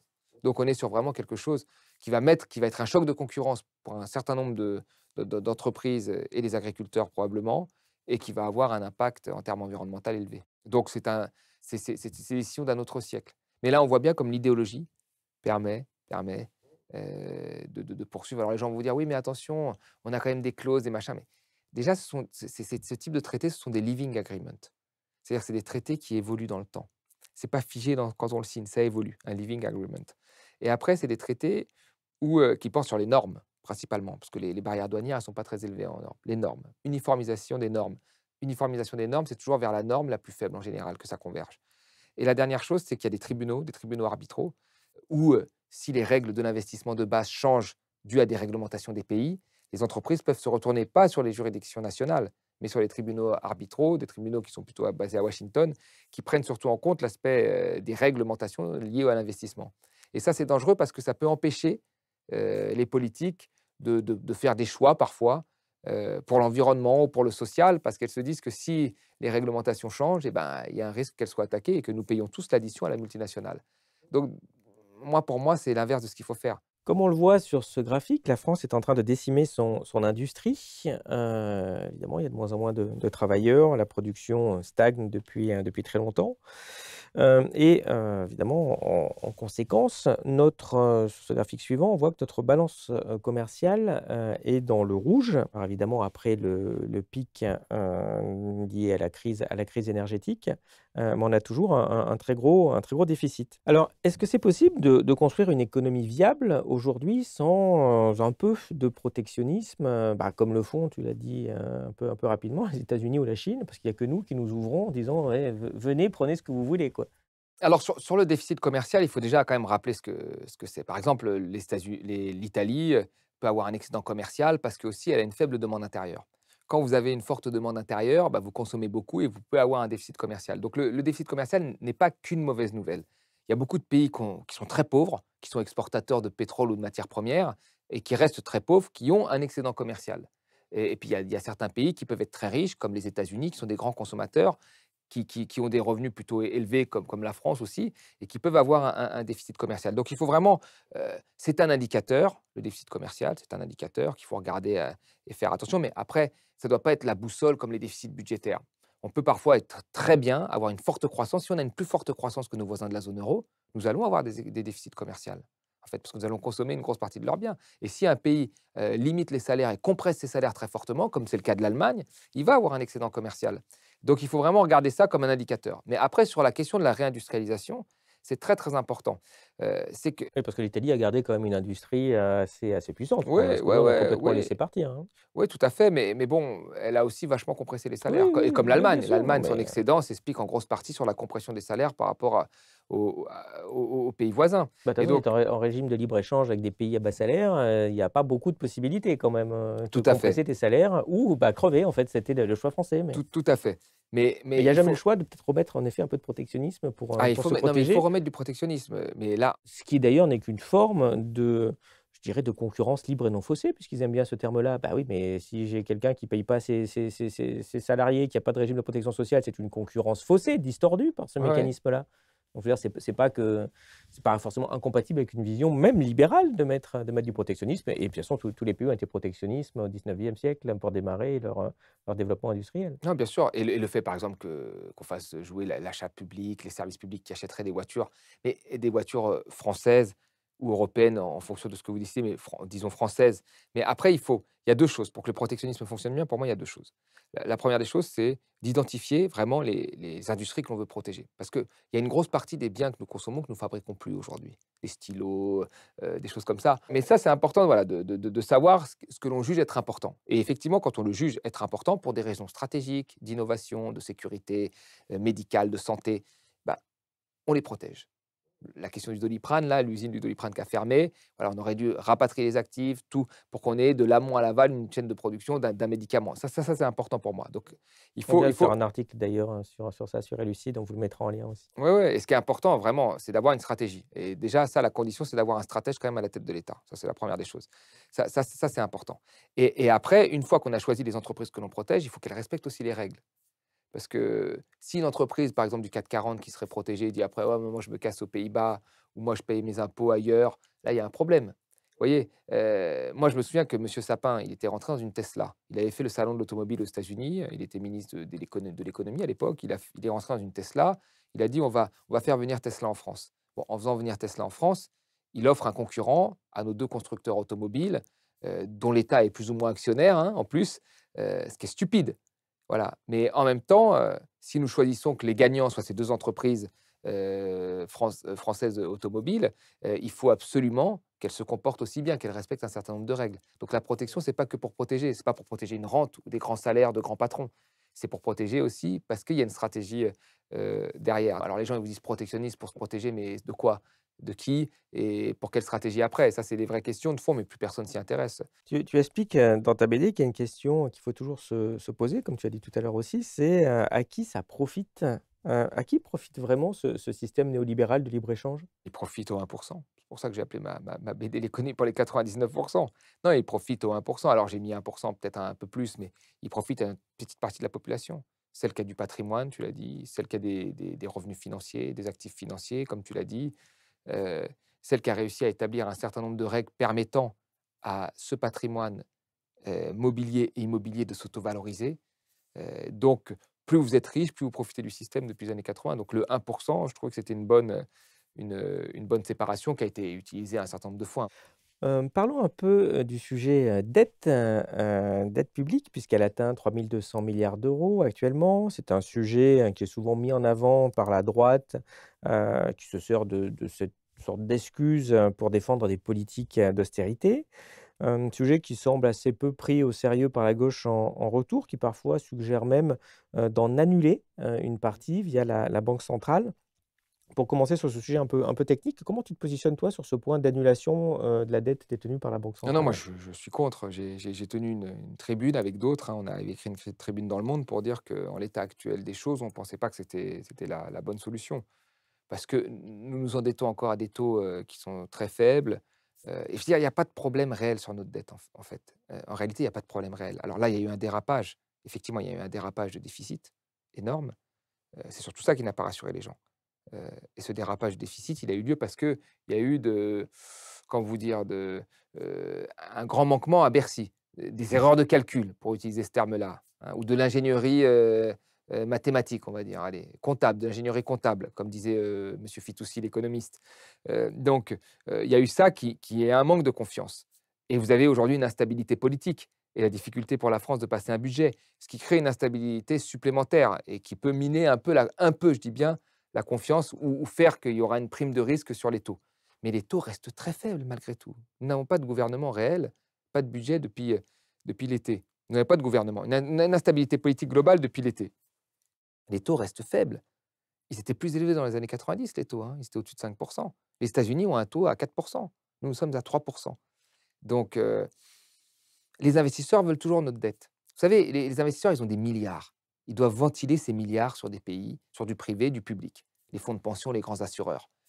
Je pense qu'ils regardent ça de loin, l'histoire, de stabilité politique qu'il y a chez nous, parce que, la Belgique a eu pratiquement 500 jours sans gouvernement. L'Allemagne a un gros problème sur son budget en ce moment, l'Allemagne, parce que, il y a un débat sur, la question de la part de l'endettement possible. Donc ils ventilent comme ça. Alors, ils ont des notes de conjoncture. S'il y a une instabilité politique, ils voient que ça n'avance pas, ils peuvent dire quelque chose, mais la réalité, enfin, les agences de notation, voilà, ils regardent ce que disent les agences de notation, ils peuvent, mais la réalité, c'est qu'ils doivent placer cet argent, et que je vois pas où est-ce qu'ils peuvent le placer s'ils le placent pas chez nous, hein. Faut regarder dans les 10 premiers pays sûrs, c'est des pays qui ont des excédents budgétaires et donc ils peuvent pas placer dans des obligations d'État, et ceux qui ont des déficits et qui sont jugés crédibles, on en fait partie. Donc, à l'heure actuelle, je ne vois pas, en quoi il y a un problème de dette. Mais ce qui m'embête, moi, c'est que ce chiffon est agité par des gens qui ont un objectif. Et c'est ça, en fait, la vraie question. La question de la dette, c'est une question technique, certes. Et là, j'ai donné des éléments qui prouvent pour moi qu'à l'heure actuelle, ça ne veut pas dire à vitam aeternam, à l'heure actuelle, il y a pas un vrai problème de dette. Mais Aujourd'hui non, mais enfin 3 ans avant la crise grecque, il y avait des taux qui étaient identiques à ceux de la France et puis ils ont fini en 3 ans à 35 et ça a mis le pays dans le mur. ouais, mais il y avait une dette privée qui était très, très Ah bah, élevée. je parle pas du privé, je parle pas de Ouais, la dette, ouais, je parle de la ouais, dette mais publique. C'est vous vrai savez, quand tu as des crise. montants, les taux d'intérêt, on les maîtrise pas non plus, quoi. C'est comme tu dis, Ouais, on s'est mis dans la main des marchés financiers, ouais, donc tout dans ce à cas-là, fait. il y a un vrai risque. Ouais, mais la conséquence de la crise grecque n'était pas la même que la conséquence qu'une conséquence d'une attaque sur la crise française. Mais c'est envisageable. Je veux dire, on ne peut pas dire à 100 que ce n'est pas envisageable. Mais il y a quand même plusieurs éléments. Heu, Déjà, il y avait une dette privée qui était très élevée en Grèce, et beaucoup de gens ont dit en fait que la crise de la dette publique grecque, notamment le vice-président à l'époque de la BCE, a fini par le dire, que c'était plutôt une crise de la dette privée. Parce qu'il y a beaucoup de pays du Sud qui n'avaient pas des dettes si énormes que ça, et qui avaient surtout des dettes privées comme l'Espagne très élevées, qui ont fait partie de ce que les gens ont appelé avec sympathie les pigs. Vous voyez? Donc il faut faire très attention, à ça. Après, oui, c'est vrai, on n'est pas à l'abri à 100 de ça, mais malgré tout, à l'heure actuelle, quand nous regardons à l'heure actuelle les choses, bon, les gens sont toujours autant friands de notre dette. Les taux d'intérêt, ils augmentent très légèrement, mais enfin, ils diminuent par rapport aux années précédentes, par rapport aux 6 derniers mois plutôt. Par rapport aux 6 derniers mois, ça diminue quand même. On profite moins de la diminution, ça remonte un peu, mais il reste quand même à des niveaux, qu'on appellerait de niveaux de pays sûrs. Les États-Unis sont au-dessus, il y a quand même l'Italie qui est au-dessus, et on est au touche-touche, dans l'épaisseur du trait avec les autres pays. Mais effectivement, on n'est pas devant le Portugal ou l'Espagne comme c'était le cas à un moment. Et je pense que tout ça est dû plutôt à l'instabilité politique et au fait qu'on n'est pas rassuré en trichant sur ces déficits-là. Mais maintenant, moi, c'est l'utilisation qui en est faite. Alors, si on part du principe, comme tu le dis, que la dette peut être un problème, et qu'effectivement, les Grecs, tu as raison de le dire, ils étaient plutôt bien quelques temps avant. Ben, dans ce cas-là, essayons de la rembourser. Comment on la rembourse? Eh ben, il y a plusieurs façons, soit on taxe plus, soit on coupe dans la dépense publique. Bon, ben, dites aux gens qui vous agitent le fait que la dette est un gros problème, qu'il faille taxer plus, ils vont vous dire non tout de suite. Donc on voit bien que derrière ce problème de la dette, dans le récit qu'il y a, dans le récit prospective, il y a un but. Le but, c'est de s'attaquer à la dépense sociale. Et dans le récit rétroactif, c'est que cette dette viendrait d'un excès de dépenses, alors qu'il vient surtout de la politique de l'offre qui explique la moitié du déficit que nous connaissons. Parfaitement, ouais, c'est surtout une baisse des recettes plus qu'une Et hausse des voilà. dépenses, hein. Bien Donc sûr, ça, on c'est l'a analysé aussi voilà, mais longuement sur c'est Lucide, ouais. important moi, Bien je pense, sûr. de commencer là-dessus. Si nous partons tous du principe que la dette est un problème, moi, je pense que la dette, il faut juste montrer que nous sommes en capacité de la maîtriser. Et une des raisons qui fait que la France a aussi une belle signature, c'est qu'elle s'est levée de l'impôt. Donc là, il faut qu'elle le montre qu'elle s'est levée de l'impôt. Oui, mais sait-elle lever de l'impôt quand on a un déficit de 160 milliards sans effet récessif qui va entraîner des baisses d'impôts, des baisses de rentrée fiscale, pardon? Bah, en fait, là, on a. Je veux dire, c'est tellement gros ce déficit que tu peux dire, effectivement, bah, il n'y a qu'à lever. Enfin, faut quand même bien se rendre compte. On va être quoi, peut-être 160 milliards de déficit cette année. L'ISF, qu'on n'arrive pas à mettre depuis des années, hein, c'était 3 milliards. Ouais, 4 milliards. 4 milliards, ouais. Oui, Ah, la baisse était de 3, et je crois qu'il est resté après 3,5, 4, bon. Bon, Ouais, mettons d'accord, 4. ouais, Je te le ouais. fais à Allez, 4. allez, Non, tu me le fais à je 4. suis cool, je te le Ouais. fais à 4. Donc 4, il y a 160. Donc si je me trompe pas, hein, dit peut-être un peu vite comme ça de tête, bah, il me semble que ce qui manque cette année, c'est 40 fois l'ISF. Ouais, mais moi, je remets. Regarde, si tu remets l'ISF, allez, on va faire déjà Mais j'ai ça. pas de souci à les remettre si tu veux, Ouais, mais non. quand je le fais, j'ai des conséquences. On peut pas dire juste ah bah je mets 100 milliards d'impôts, il n'y a plus de problème, j'ai 100 milliards de déficit en moins. Non, On est mais d'accord en qu'il y a fait, des interactions non, récessives. mais déjà, personne ne dit qu'il faut être à l'excédent. Ça, c'est la première des choses. Les 50 dernières années, l'Italie n'a jamais été en excédent, le Royaume-Uni a Oui, été en non, mais, excédent 4 fois. Et les mais revenir États-Unis à ont été. 50 milliards de Ouais, déficit ouais, déjà, ça fait bon. 100 milliards qui manquent quand Non, même. Ça commence ce qu'il faut, c'est en fait déjà montrer qu'on est capable d'avoir une trajectoire de réduction. C'est ça la première chose. C'est pas revenir à. Oui, C'est une trajectoire de réduction et qu'on s'y tienne, qu'on soit crédible. Ce que n'a pas fait Bruno Le Maire, qui était le ministre de Macron. Hein. Donc, et Macron, à mon avis, il est au courant. Sinon, s'il gouverne et qu'il n'est pas au courant de ce qui se passe dans ses ministères, c'est aussi problématique. Il y a une trajectoire de réduction, c'est ça le principal pour dire au marché financier, nous sommes crédibles. Donc, cette trajectoire, il y a deux façons de la faire. Certains veulent la faire de manière très brutale, avec 60 milliards d'économies. La Commission nous demandait de faire 20 milliards d'économies par an. 60 milliards d'économies. C'est ce que voulait faire le gouvernement. C'est quelque chose de très brutal. Moi, je pense qu'on peut la ventiler sur plus d'années pour réatteindre ces 3%, ou c'est à peu près 3%. mais c'est On pas peut le faire. 3% qu'il faut atteindre, c'est beaucoup moins quand même. Non, ce que tu peux pas dire 3%, c'est ce qu'il faut à peu près en moyenne sur longue période. Ouais, mais C'est la donc, moyenne sur longue période. C'est pas je suis à -3 quand tout va bien, et puis je suis à -6 quand ça va mal, parce que dans ce ça a cas-là, été la le dette, cas de elle tout le augmente tout temps. le C'est le temps. cas de tous les pays. Hein. Pendant le Covid, ça allait mal, ils sont tous explosé leur déficit. D'accord, mais Non, il y a une majorité de pays en Europe a une dette qui est plus faible qu'avant le Covid quand même, hein. ouais, Macron, c'est la ouais, pire gestion en Europe c'est la pire de gestion sa en dette. Europe. Ouais, tout à fait. C'est la pire gestion en Europe. Mais malgré tout, bah, Déjà, c'est compliqué si tu veux sur ce point-là. C'est-à-dire, ils ont extrêmement mal géré les finances publiques non, ils ont euh, mal géré les finances publiques, mais au surtout. bénéfice des copains et pas des services publics, hein, on est bien Ouais, d'accord, faut mais bien pas que. rappeler ça. Ouais, ils ont mal géré les services publics, mais aussi ce qu'ils estimaient avoir comme croissance avec les réformes qu'ils ont fait n'a pas eu lieu. C'est aussi ça, c'est un double effet. C'est comme ça n'a pas Parce que- ruisselé, il n'y a pas eu la croissance non Parce plus. que les déficits, c'est bah pas voilà, de bol. les déficits C'est et les pas de dettes, bol. bah voilà, les déficits et les dettes sont libellés en pourcentage de PIB. Mais t'es pas Donc censé être si- banquier, le gars. C'est si- pas censé être le ouais, Mozart de ouais. la finance. Si, tout à fait. Surtout qu'il Ouais. a baissé les impôts avant de baisser la dépense publique. Enfin, ça a été assez compliqué. Il a tout le temps couru après pour rattraper ses baisses d'impôts avec la dépense publique. Mais revenons à ton histoire de baisse d'impôts. Si tu reviens à l'IS d'avant, tu vois, à l'IS d'avant, la baisse d'IS, elle est quasiment de 17 milliards. Mais elle s'adresse quand même majoritairement aux grandes entreprises, hein, enfin, dans Ouais, ces tout à 17 fait. milliards. Enfin, aux entreprises d'un certain niveau. Tu reviens sur l'IS, tu reviens sur la flat tax, tu reviens sur l'ISF, tu récupères déjà plus de 20 milliards. Et Et les, sans effet récessif. et les plus. Bah, est-ce que tu l'as Bah, moi, vu, j'ai toi, pas de souci. Non, mais je n'en sais Non, rien. mais- Je pose la question. non, Je te dis mais juste que c'est pas évident de dire quand est-ce je mets plus 20. est-ce que tu as vu un Il effet faudrait essayer. Non, mais là, je te dis vraiment en allant là-dessus. Parce que tu peux récupérer aussi un petit peu dans les aides aux entreprises aussi. Parce que là, ce Ah qui oui, compte dans la il y a dépense 100 publique. milliards là. Oui. Donc on peut en faisant un vrai audit, on peut récupérer un peu à droite, à gauche, en ayant quasiment ces 20 à 25 milliards par an, avec cette trajectoire qui serait crédible. Et ça suffirait, moi, je pense, à calmer tout le monde. Ça suffirait à calmer tout le monde. Vous voyez? et c'est pas du tout ce qui est. Bah, c'est un point de PIB, tiens, c'est sûr que ce serait bien. Enfin, moi, je trouve que c'est Ouais, une bonne trajectoire, tu as raison si tu ouais, veux. ouais. Enfin, mais simplement, quand tu fais ça, qu'est-ce Bah, que ça a ça été donne fait. derrière? Non, mais moi, ce qui m'étonne, c'est que les 70 milliards de baisse d'impôts, pour les particuliers, à 30 milliards et à 40 milliards pour les entreprises, ça a été rayé comme ça, sans aucun problème. Les gens se sont dit: «Ah bah, bon, on va les retrouver ailleurs en augmentation de PIB».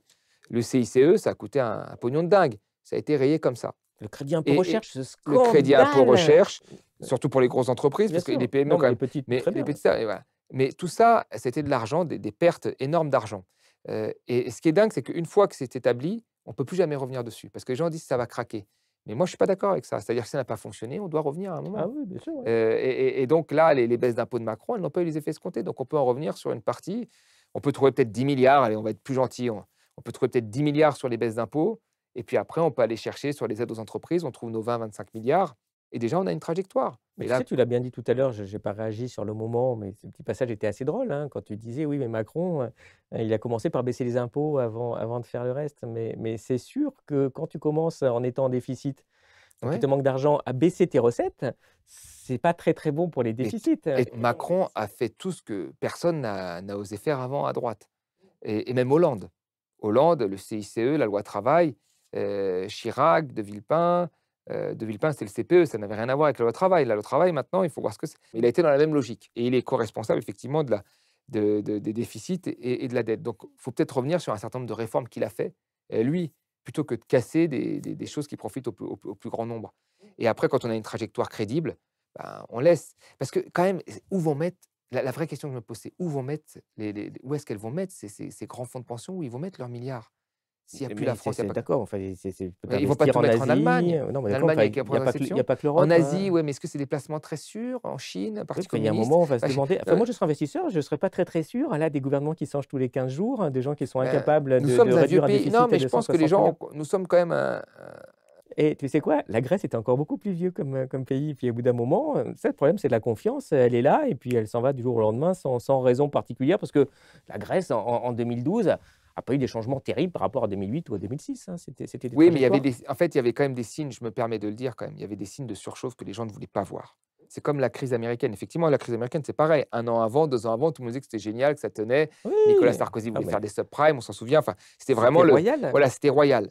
Mais il y avait quand même Enfin, les gens sérieux ont vu qu'il y avait un problème il y quand avait même, un hein, problème de surchauffe, voilà, on le voyait bien. prêter de l'argent à des chômeurs qui n'ont pas de patrimoine, pas de Tout à revenus, pas fait, de trucs, c'est quand même tout à bizarre. fait. Mais Donc c'était différent à donc l'époque, tu vois? Il y a des voilà. gens aussi qui se sont dit: «On va innover». Donc on peut pas dire qu'une crise effectivement, une crise arrive toujours, hein. Il y a des indicateurs, il y a effectivement des indicateurs qui font que et c'est vrai que là sur la crise espagnole, la crise grecque, il y avait des indicateurs un peu parfois de surchauffe. Mais il est vrai que la configuration que l'on a avec l'ingénierie comptable que nous avons fait, pour ne pas dire la triche, le fait de ne pas avoir, de gouvernement, peuvent être des facteurs qui pourraient, être explosifs. Mais bon, tant que nous avons notre taux de croissance, les taux d'intérêt réels quand on prend en compte l'inflation, on est à 3, on est un peu plus on est entre 2-3 d'inflation, on a des taux d'intérêt réels qui sont très faibles quand même malgré tout.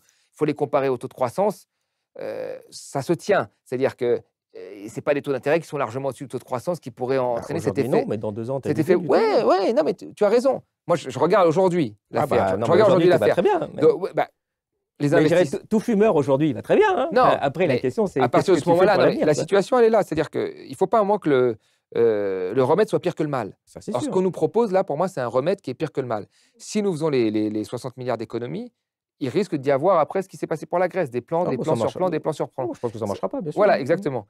Donc la dette, c'est effectivement un problème, il faut la garder sous contrôle, donc il faut être sérieux. Il faut être sérieux, bah, c'est un processus comme ça de ventiler sur plusieurs années pour pas que ce soit trop douloureux, de réduction du déficit.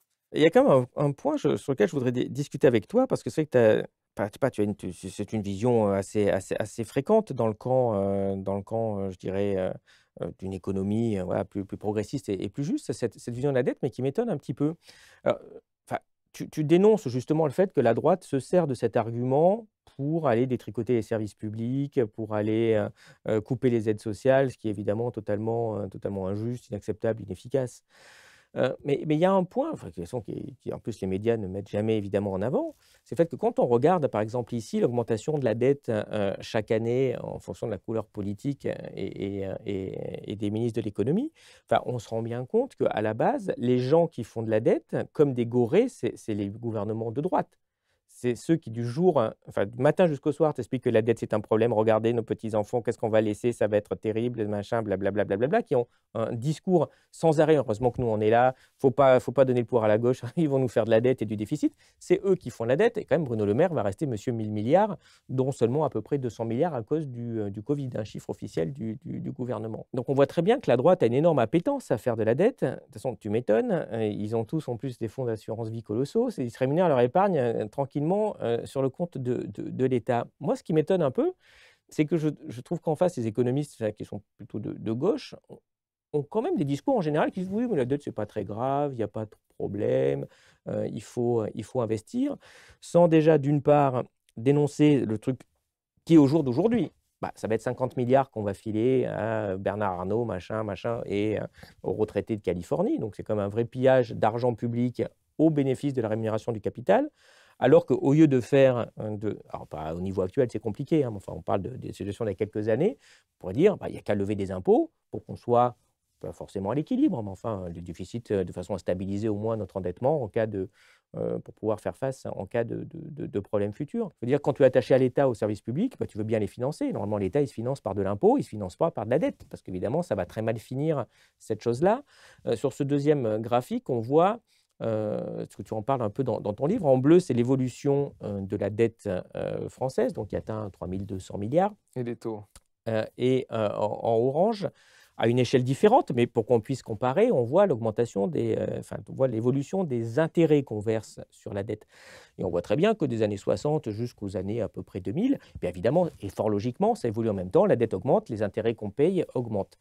On voit qu'il y a un pic là, dans les années Oui, 90. il y a un Comme je l'ai pic, dit, il y a un pic on des années payait plus 90. d'intérêts dans les années 90. Bien Je crois qu'on sûr, payait mais 6%. pourquoi? Parce que les taux étaient très élevés, et là, les taux ont baissé. Et comme les taux ont baissé alors que la dette montait, en fait, grosso modo, on a payé à peu près autant d'intérêts, puis même on a passé les taux à zéro, donc il y a eu un effet très positif à court terme sur les intérêts.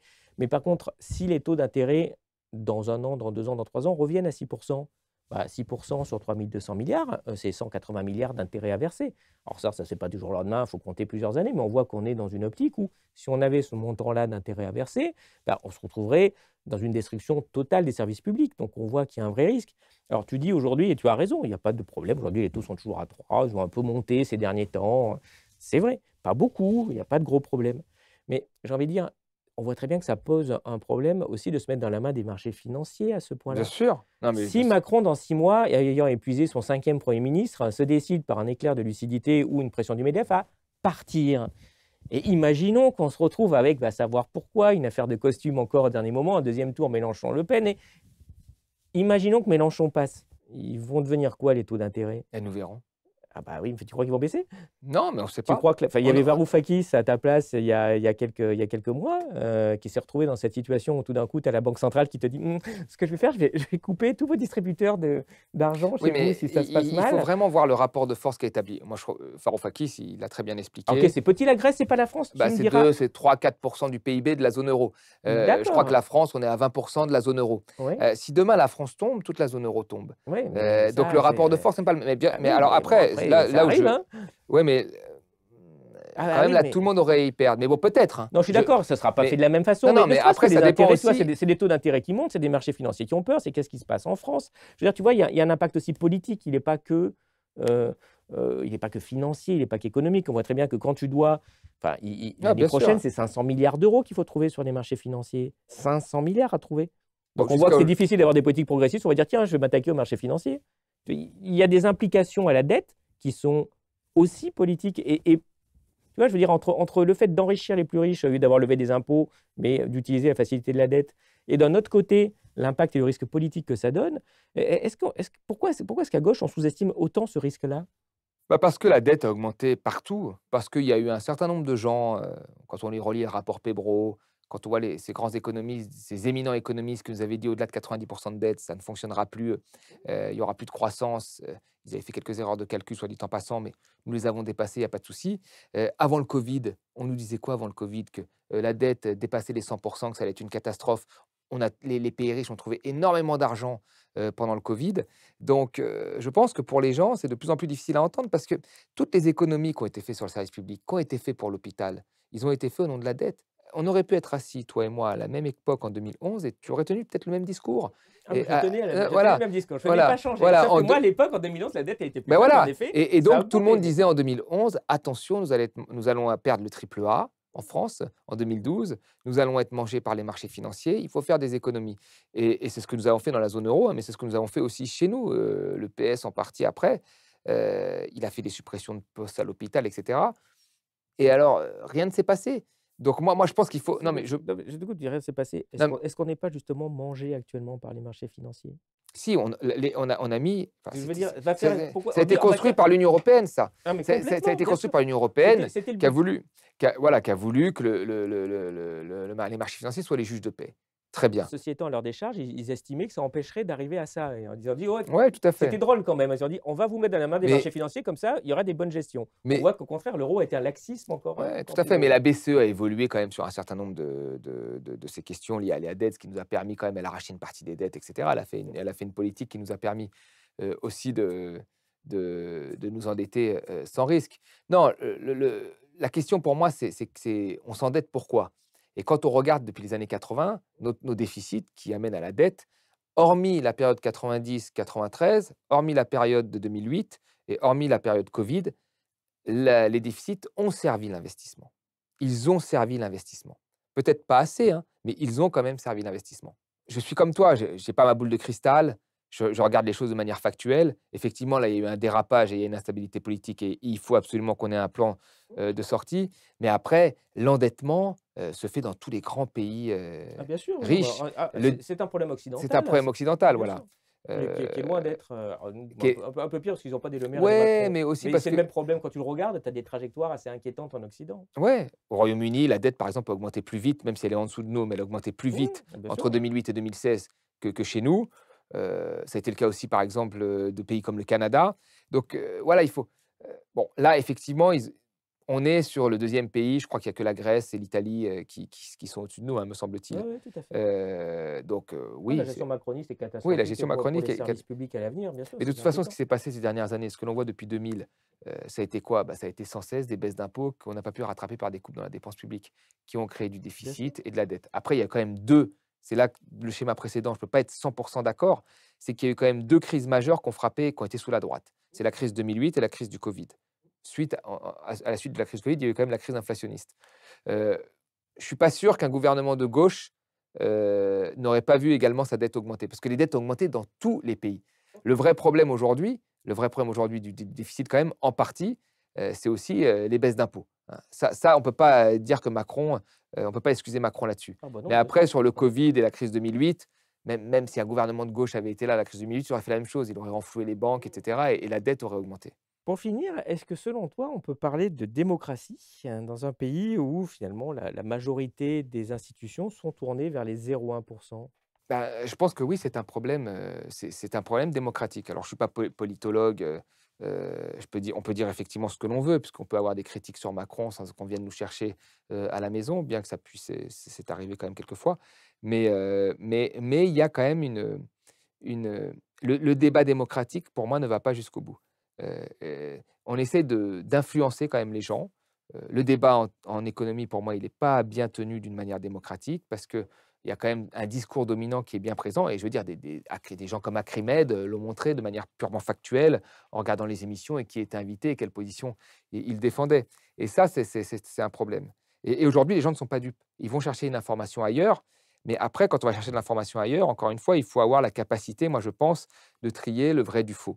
Et à l'heure où les réseaux sociaux sont tenus par Elon Musk, à l'heure où on a levé un certain nombre de fake news qui avaient été dit par exemple par Trump, hein, ben, ça risque d'être compliqué. Donc normalement, si les gens voulaient être garants de la démocratie, ils devraient organiser des débats ou tenir des propos qui sont tenus par des gens qui ont, on va dire, soit une expertise, soit qui s'appuient sur des faits, quoi. Voilà. Eh bien, nous sommes arrivés à la fin de cet entretien. Merci beaucoup, Thomas. Merci beaucoup, merci à vous. C'était très riche. Merci aussi pour la BD qui est vraiment bien faite, hein, que je conseille. Pour terminer, donc, je vais te poser notre question traditionnelle. Qu'est-ce qui, selon toi, est connu de peu de personnes et qui mériterait d'être connu de tous? Alors je ne suis pas sûr que ce soit connu par peu de personnes, hein, parce qu'il s'agit de 2 économistes qui sont célèbres. Le dernier livre d'Acemoglu et Simons qui s'appelle «Pouvoir et progrès», qui est un extrêmement bon livre qui traite de la question de l'innovation et de l'impact qu'a l'innovation, sur les populations. Parce qu'on nous parle tout le temps d'innover, innover, mais souvent il y a des innovations qui n'ont pas forcément des impacts positifs. Donc ça traite de l'intelligence artificielle, des réseaux sociaux, de l'arrivée d'internet et de tout l'impact que ça a eu. C'est très, très, très, très bien sourcé, ces 2 grands économistes, de reconnaissance mondiale. Et donc, c'est un livre extrêmement bien fait, je vous invite à le lire.